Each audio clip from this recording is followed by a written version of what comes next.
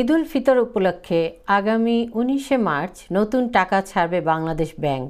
এরপর ব্যাংকগুলোতে নতুন নোট পাওয়া যাবে। তবে এবার বাজারে আসতে যাওয়া নোটগুলোতে শেখ মুজিবুর রহমানের ছবি থাকবে বলে জানা গেছে। বাংলাদেশ ব্যাংক সূত্রে জানা গেছে 5, 20 ও 50 টাকার এসব নতুন নোটেও থাকছে শেখ মুজিবুর রহমানের ছবি।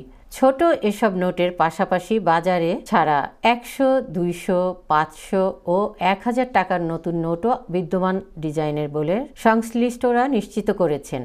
কেন্দ্রীয় ব্যাংকের কর্মকর্তারা বলেছেন, ঈদ উল ফিতর উপলক্ষে বাংলাদেশ ব্যাংক যে নোটগুলো ছাড়বে সেগুলো নতুন করে ছাপানো হবে না। পূর্বের ছাপানো টাকাই বাজারে ছাড়বে কেন্দ্রীয় ব্যাংক। বাংলাদেশ ব্যাংকের মুখপাত্র ও নির্বাহী পরিচালক আরিফ হোসেন খান দেশের একটি গণমাধ্যমকে জানিয়েছেন, কেন্দ্রীয় ব্যাংকের হাতে এ মুহূর্তে বিপুল পরিমাণ ছাপানো নোট রয়েছে। ছাপানো এ নোটগুলো বাতিল করলে বিপুল অঙ্কের অর্থের অপচয় হবে।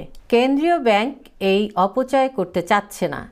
এজন্য আগে ছাপানো নোটগুলোই ঈদ উল ফিতর উপলক্ষে বাজারে ছাড়া হবে। তবে আগামী এপ্রিল মে নাগাদ নতুন ছাপা নোট বাজারে আসবে। সেই নোটের ডিজাইনও প্রস্তুত হয়েছে।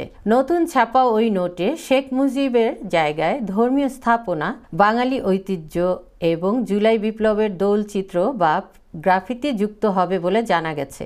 এ মুহূর্তে কেন্দ্রীয় ব্যাংকের কাছে শেখ মুজিবুর রহমানের ছবিযুক্ত প্রায় 20,000 কোটি টাকার নতুন নোট রয়েছে। এসব নোট পর্যায়ক্রমে বাজারে ছাড়ার বিষয়ে সিদ্ধান্ত রয়েছে।